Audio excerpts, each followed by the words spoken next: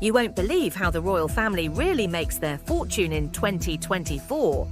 Welcome back to the channel. The document discusses the death of Queen Elizabeth II and the subsequent ascension of Prince Charles as king, shedding light on the British monarchy's amassed wealth and its ties to the transatlantic slave trade.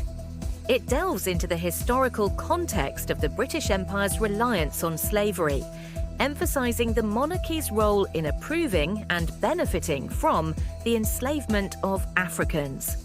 The financial implications of this are highlighted, with estimates suggesting staggering reparations owed to former colonies.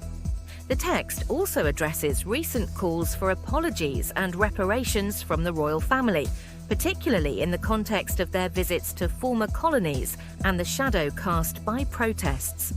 It concludes with a contemplation of whether the new king will be receptive to reparations, while hinting at the likelihood of no personal cost to the monarchy, referred to as the firm.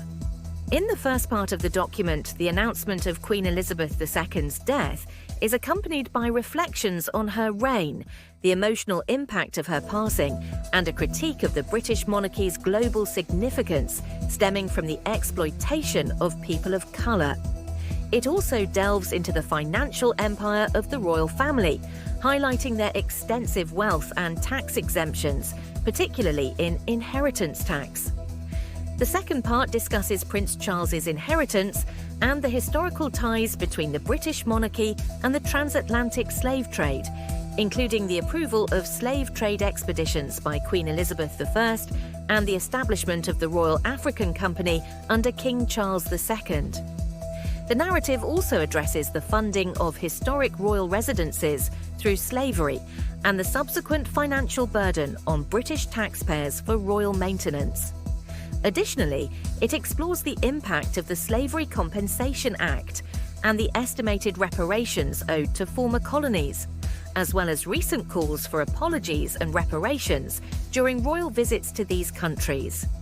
The document ends with a contemplation of the potential for reparations under the new king, Prince Charles, highlighting the unlikelihood of a personal cost to the royal family. Throughout the text, there is a strong emphasis on the intertwined history of the British monarchy and the transatlantic slave trade, as well as the financial implications and moral responsibilities that arise from this historical context.